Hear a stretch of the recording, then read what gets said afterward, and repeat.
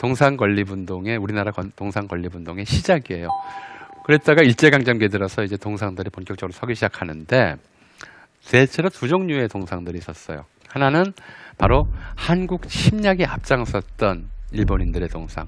이토 히로부미 동상은 지금 신라 호텔의 자리에 방문사라고 하는 이토를 기리는 사찰을 지었었는데 그 사찰 안에다 두었고, 메가타 다네타로라고 해서 일본의 경제 침략의 대표가 있었어요. 그 사람 동상이 탑골공원에 있었고요.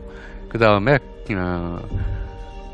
하야시 곤스케라고 해서 초기 일본 공사를 담당했던 사람의 동상이 지금 남산 일본 공사관이었고 통감 관저였고 그랬던 건물 앞에 섰었어요. 현재 가보면 저렇게 돼 있어요. 동상의 좌대를 거꾸로 엎어버렸죠. 동상은 사라졌고요. 왜 사라졌는지는 좀 이따 말씀드리고, 그 다음에 한국인들도 이걸 본따서 본격적으로 동상을 짓기 시작해요. 주로 지금도 많아요.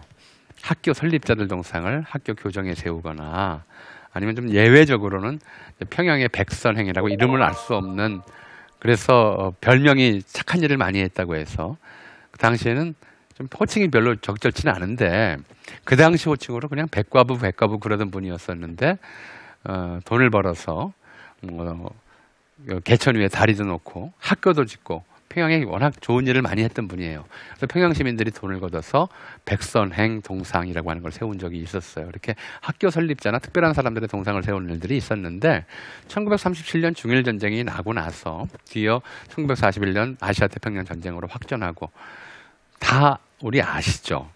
그 시절에는 일본인들이 얼마나 지독하게 한국인들의 쇠붙이 하나까지 긁어갔는지, 집안에 있는 논요관까지 다 뺏어가던 시절이잖아요. 자, 용약, 보국의 탄원의 금조창설자, 금조라고 하는 것은 금융조합이에요. 당시 가장 큰 금융기관이었었는데 메가타 남작의 동상도 응소. 동상이 응소라고 하는 것은 소집에 응하다예요. 동상이 소집에 응했다. 소집은 뭐냐면 군대에 갔다는 뜻이에요. 동상이 군대 가서 뭐해? 동상이 총알로 바뀌었어요.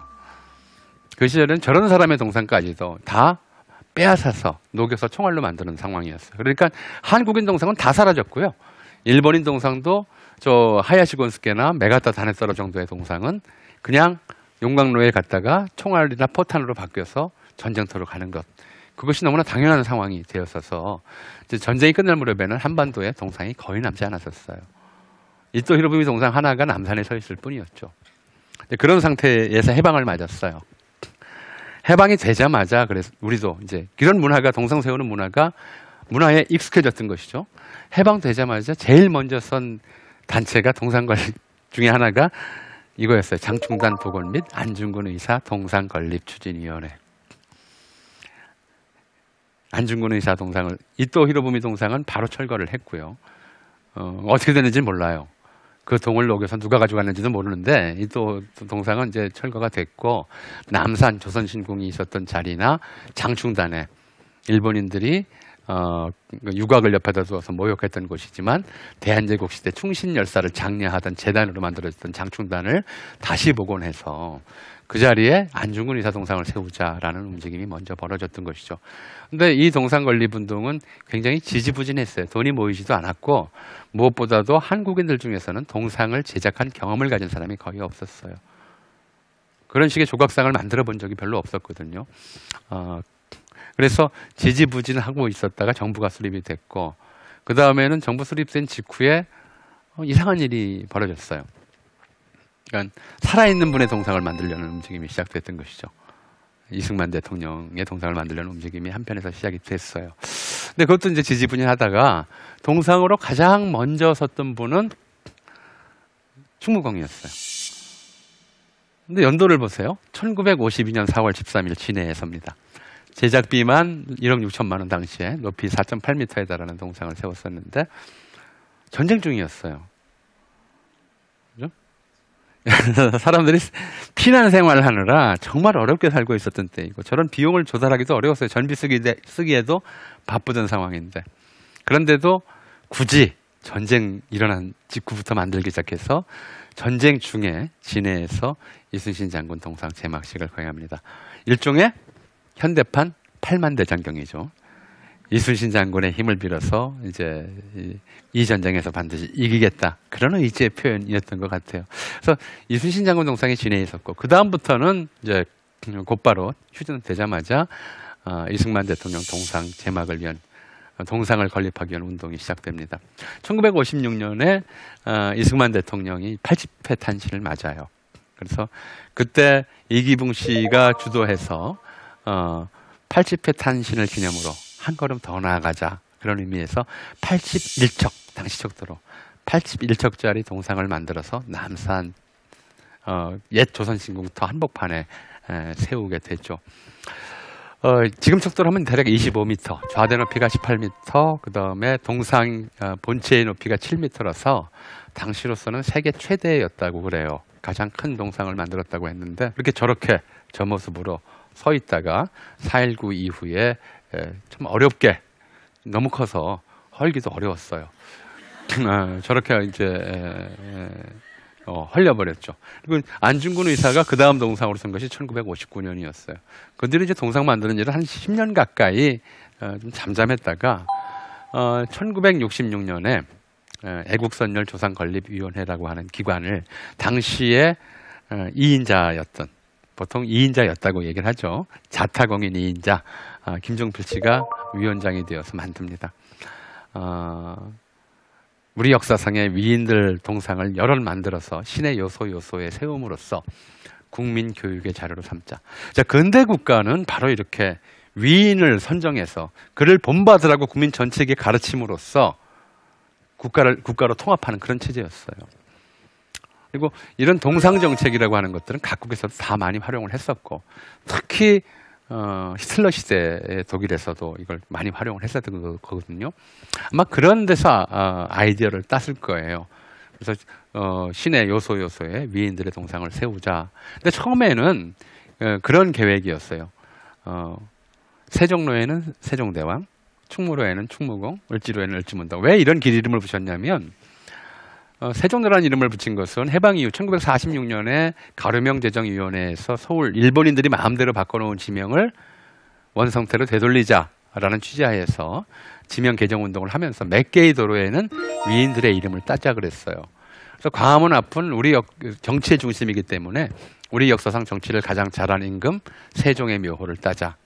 그 다음에 일본인들의 근거지였던 혼맛지는 아무래도 충무공의 이름이 좋지 않겠느냐 해서 충무로.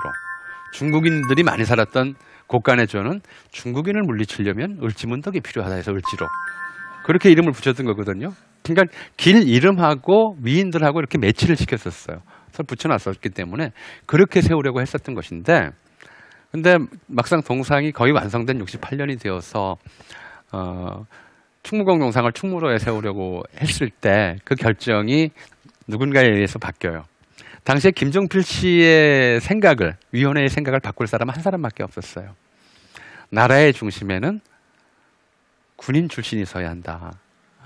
라는 원칙에 따라서, 그런 새로운 원칙에 따라서 원래 세종대왕이 들어설 자리였던 광화문 입구에 이순신 장군이 서고, 세종대왕은 자기 자리를 뺏기니까 갈 데가 없어서 아무 연고도 없는 덕수궁에 들어가 있는 그런 상황이 됐고, 그래서 다른 동상들도 다 제멋대로 이제 위치가 뒤틀리면서 도대체 저 동상이 왜 저기 서 있는지 모르는 상황이 만들어졌던 것이죠.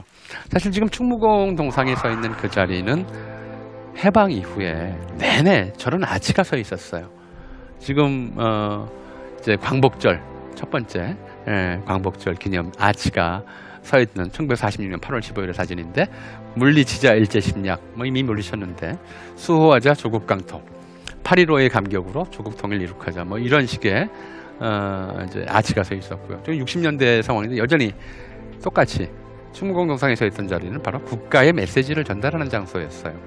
국가가 국민들에게 이렇게 합시다라고 제시하는 그런 장소였거든요. 그 장소에 이제 저런 여러 가지 때때마다 바뀌는 그런 메시지가 아니라 충무공 동상 하나만을 세움으로써 이제 충무공을 국민의 대표로서 국가를 상징하는 그 인물로서 이제 격상시킨 것이죠. 신격화하고 대한민국은 충무공의 정신으로 유지되는 나라다라는 식의 메시지를 국가가 전달하기 시작한 거예요. 그리고 그 자리에 지금까지 50년 넘게 충무공이 서 계신 거죠. 이렇게 오랫동안 한 장소에서 국가의 중심이 되는 장소에서 홍보를 했으니까 우리 한국 영화 중에 최고 흥행 기록을 세운 영화가 충무공을 주인공으로 한 영화잖아요. 그렇게 될 수밖에 없었죠. 그래서 나중에 2005년에 광화문 광장 좀 손보는 작업이 진행될 때 당시 서울시에서는 충무공 동상을 충무로로 다시 제자리로 보내고 그 자리에 세종대왕 동상을 세우는 방안을 검토를 했었어요. 하지만 50년 동안 익숙해져 있는 그런 이제 고정관념이 쉽게 바뀔 수는 없었죠. 시민들 대다수가 지금도 또 그런 얘기를 하면 또 반대를 하고 계시고 충무공이 저 자리에서 남쪽을 노려보고 있어야 우리나라가 안전하다 이런 식의 믿음이 폭넓게 자리 잡고 있는 그런 상황이잖아요. 그래서 지금 못 옮기다 보니까 어정쩡하게 충무공 뒤에 세종대왕을 갖다 놓아서 실 장소의 이미지가 좀 중첩되어 있는 그런 문제를 느끼고 있는 상황이죠. 근데 그게 중요한 게 아니고요. 사실은 근대라는 시대가 어떤 시대인가를 우리가 한번 이 동상들을 통해서 성찰할 필요가 있다고 생각이 돼요. 뭐냐면 수많은 위인들을 선정하는 시대이고요. 그 위인들을 본받으라고 누군가가 특히 국가 중심이 되어서 국민들에게 계속 가르치는 시대예요.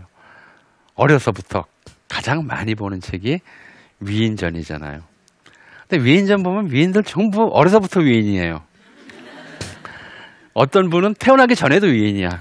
뱃속에서부터 뭔가 이상한 기운을 받고 났다 이렇게 얘기를 하잖아요. 그래서 위인전을 읽다 보면 위인을 부모로 두지도 못하고 위인으로 태어나지도 못한 자기가 좀 처량해질 때가 있죠. 이제 국가가 무엇인가 또는 역사란 무엇인가를 다시 생각할 때가 아닌가 싶어요.